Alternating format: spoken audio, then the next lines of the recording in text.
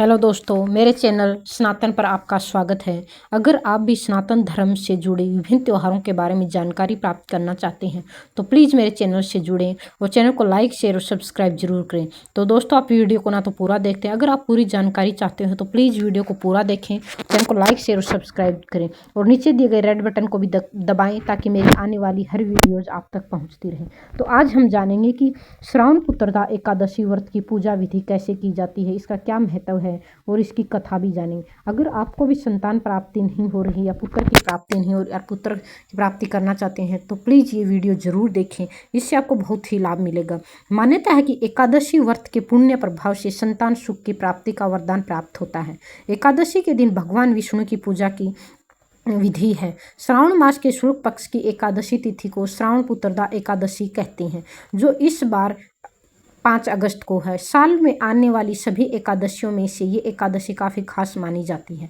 मान्यता है कि इस एकादशी व्रत से पुण्य की प्राप्ति से प्रभाव से संतान सुख की प्राप्ति का वरदान प्राप्त होता है। एकादशी के दिन भगवान विष्णु की पूजा का विधान है। तो आइए दोस्तों, हम जानते हैं कि इस दिन व्रत कैसे रखें, कैसे व्रत का पालन करें। तो प्लीज़ दोस्तों, वीडियो को पहले लाइक करें, शेयर करें और सब्सक्राइब करें। तो आज हम जानेंगे कि एकादशी व्रत की विधि क्या होती है। तो एकादशी व्रत की तैयारी एक दिन पहले शुरू हो जाती है। 10वीं तिथि को व्रती को सात्विक आहार लेना चाहिए। व्रत रखने वाले को ब्रह्मचर्य का पालन करना चाहिए। एकादशी व्रत वाले दिन सुबह जल्दी उठकर स्नान आदि करके व्रत करने का संकल्प लिया जाता है।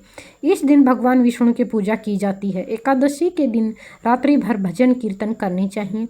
व्रत करने वाले दिन कथा जरूर पढ़नी चाहिए। अगर आप कथा ऐसे नहीं पढ़ सकते तो ऑनलाइन पढ़ सकते हैं या फिर बुक है आपके पास, बुक भी पढ़ सकते हैं। और एकादशी व्रत का पारण अगले दिन ही किया जाता है, बीच में इसका पारण नहीं कर सकते आप। द्वादशी के दिन सूर्योदय के साथ व्रती को एक बार फिर से विष्णु जी की पूजा पूरे विधि विधान के साथ करनी चाहिए। इसके पश्चात ही किसी भूखे जरूरतमंद या फिर किसी हेल्पलेस व्यक्ति की सहायता करके फिर ब्राह्मण को भोजन करवा के दान दक्षिणा देकर उसका आशीर्वाद प्राप्त करके करना चाहिए। इसके बाद प्रसाद ग्रहण करके आपको व्रत का पालन करना चाहिए। श्रावण पुत्रदा एकादशी पूजन की विधि अब मैं आपको बताऊंगी। तो प्लीज़ दोस्तों, अगर अभी तक आपने वीडियो को लाइक, शेयर और सब्सक्राइब नहीं किया है तो प्लीज़ दोस्तों वीडियो को लाइक करो, शेयर करो और सब्सक्राइब करो। प्लीज़ आपको 1 सेकेंड का टाइम भी नहीं लगता लाइक करने में और मुझे मोटिवेशन मिलता है।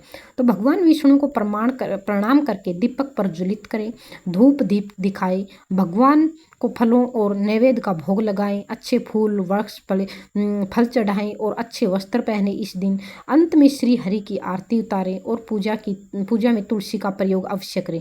दिन भर व्रत रहने के बाद शाम के समय फिर से भगवान विष्णु और माता लक्ष्मी की पूजा करें, व्रत कथा सुने और उन्हें भोग लगाएं।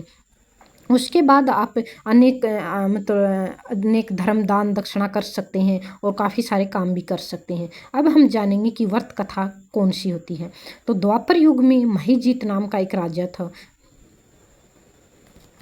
इसके बाद दोस्तों, हम जानेंगे कि इस दिन क्या नहीं करना चाहिए जो आपको नुकसान हो सकता है या फिर आपको काफ़ी सारे इस दिन नहीं करना चाहिए जिससे आपको पाप लग सकता है। इस दिन तुलसी माता को जल अर्पित नहीं करना चाहिए क्योंकि इस दिन तुलसी माता व्रत रखती है। ऐसे में उन्हें जल अर्पित करने से उनका व्रत टूट सकता है। एकादशी के दिन मांस मदिरा का सेवन न करें, तामसिक चीज़ों से दूर रहें। एकादशी व्रत को 10वीं तिथि से पहले ही व्रती के नियम संयम और पालन करना होता है। और एकादशी के दिन व्रत रखने के बाद द्वादशी के दिन पारण करना होता है।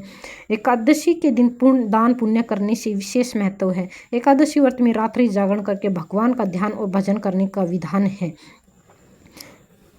पुत्रदा एकादशी के दिन भगवान विष्णु और माँ लक्ष्मी की विधिवत रूप से पूजा अर्चना करें, साथ ही उन्हें मखाने की खीर का भोग लगाएं, फिर उनकी पूजा करते हुए आरती करें। इससे साधक को भगवान विष्णु के साथ साथ माँ लक्ष्मी की कृपा भी प्राप्त होती है।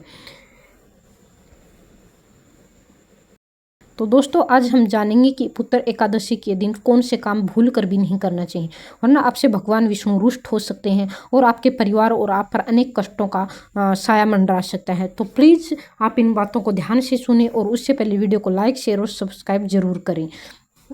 अगर आप भगवान विष्णु की कृपा पाना चाहते हैं तो इस दिन कुछ विशेष नियमों का पालन आप जरूर करें। शास्त्रों की माने तो पुत्रदा एकादशी के दिन कुछ कार्यों को करने की मनाही होती है। जैसे कि सनातन धर्म में एकादशी व्रत महत्वपूर्ण व्रत में से एक माना जाता है। हिंदू पंचांग के अनुसार प्रत्येक माह में 2 एकादशियां होती हैं, एक शुक्ल और दूसरा कृष्ण पक्ष में। एकादशी तिथि भगवान विष्णु और माता लक्ष्मी को समर्पित है।